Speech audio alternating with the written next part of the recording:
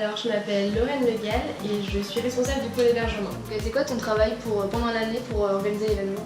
Alors, pendant l'année, mon travail principal a été de réserver tous les campings dans lesquels vont dormir les bénévoles, les référents, mais aussi les étudiants qui font le challenge et aussi, bien sûr, les élites, donc qui dorment à la Baule. Et pendant le week-end, tu t'occupes de quoi? Alors pendant le week-end, je m'occupe de gérer tous les bénévoles qui vont arriver au camping, de gérer leurs sacs, de gérer vraiment la répartition pour que tout le monde puisse dormir au mieux dans les campings, que ce soit autant les élites qui ont des besoins souvent assez particuliers ou qui sont assez exigeants, notamment les internationaux, autant les étudiants qui font le challenge, qui sortent le samedi soir, qui font la fête, qui reviennent ivres à leur bungalow, ce genre de choses. Et quels sont les organismes extérieurs avec lesquels tu travailles? Du coup, essentiellement, comme je disais, ça va être les gérants de camping, la mairie de la Baule, étant donné que c'est elle qui est propriétaire du centre où dorment les élites. Donc forcément, qui cherche aussi à les bichonner, à ce qu'ils soient le mieux possible. Qu'est-ce que tu préfères dans ton pôle? Qu'est-ce que tu aimes le mieux? Ce que je préfère, ça a été l'aspect logistique de la répartition, de trouver les campings, aller voir les gérants, ça me permet d'aller faire des petites visites à la Baule pendant l'hiver. Aller visiter les bungalows, ça fait un peu les vacances aussi, je trouve ça cool cet hiver pendant qu'il faisait pas beau d'aller visiter vraiment les bungalows.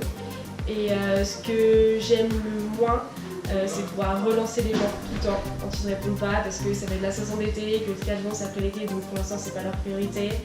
Quand on me dit qu'il y a des travaux dans un camping et qu'il va te supprimer des bungalows, tout le genre de choses qui arrivent, qui sont un peu impromptues et que tu sais pas comment tu vas devoir gérer. C'est quoi un peu la touche personnelle que tu pourrais apporter cette année? Il y a eu quelques problèmes d'hébergement l'année dernière et en fait j'ai une grosse pression sur ça, sur le fait de réussir à ce que tout s'enchaîne vraiment correctement cette année. Et du coup, petite touche féminine de coquetterie au pôle hébergement, chaque pôle aura une couleur différente, un ruban de couleur différente pour attacher dans les sacs, donc on retrouve exactement à chaque fois les sacs qui appartiennent à quel pôle.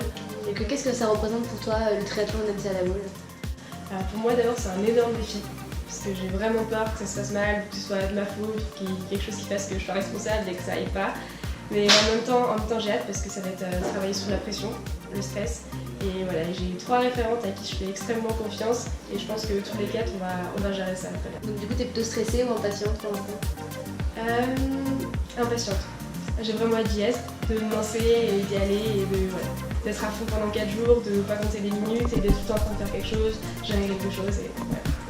Et c'est quoi ta plus grande peur par rapport à l'événement? Ma plus grande peur, c'est de ne pas avoir réservé assez de bungalows. Voilà. Donc explique-nous le surnom de ton pull. Alors, le surnom de mon pull, c'est le bungalow, parce que je m'appelle Legal et qu'en plus je suis responsable du pôle hébergement, donc c'est un double jeu de mots assez sympa entre mon nom et mon pôle.